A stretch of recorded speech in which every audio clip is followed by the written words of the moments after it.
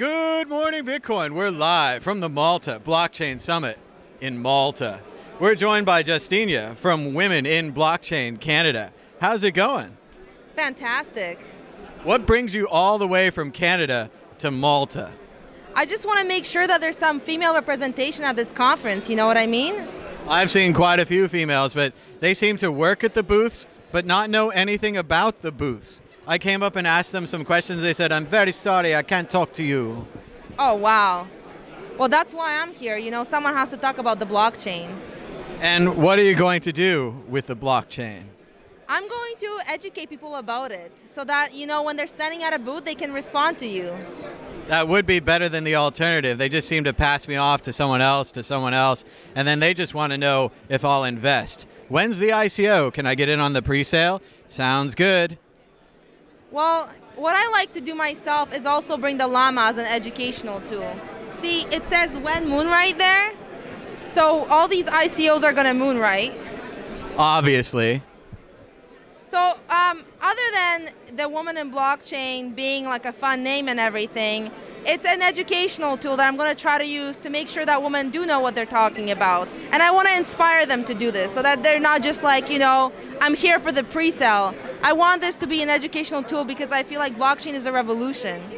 We do always seem to have a problem getting women into Bitcoin and into blockchain. You think it would be an obvious match, making money, spending money. Seems like something that everyone does. But for whatever reason, my audience is about 97% male. I don't think I could make it more male if I tried to. We hung up no girls allowed signs for a while, but the 3% just keep coming back.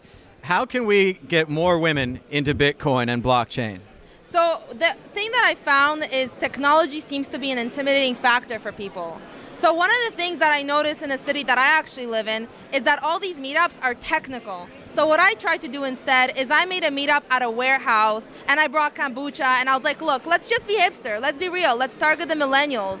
So I wanted to have a place that was not intimidating and that was inviting to the female audience. So I blasted on social media, I talked to all my friends, I spent all my free time going to events to promote my own event and being like, look, this is going to be fun, it's going to be educational, and I want to bring people that are going to bring real life use cases. So I'm not just going to bring someone in to be like, oh, hello everybody, and this is the blockchain. I wanted to bring in people that are like, look, this is the legal framework about the blockchain in Canada.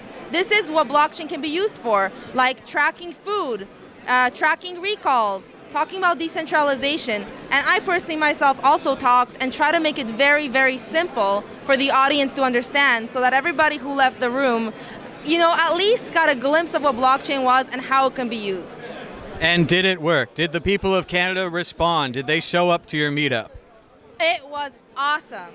You know what? Invest Ottawa came up to me after the event and they said, what? We didn't even know you existed. And I'm like, well, I'm here now, and they said that they'll help me through my next event. And everybody who was in the audience said that they loved it, they loved the food, they're like, wow, you really bring it all in. You know, that's one of the reasons they came. I'm sure it was for the food, but then they happened to learn about blockchain. And is it a women-only event, or could I bring my man? Bring your 97% to that, you know what I'm saying? Yeah, no, the audience was pretty broad. I did want to target females, but it was for everybody. I'm an inclusive organization. So it's not all about knitting or sewing? No, it's all about the blockchain. Can you knit or sew things on the blockchain? I can't do either. The only thing... Maybe little llama toys could be knitted? That's right, that's right.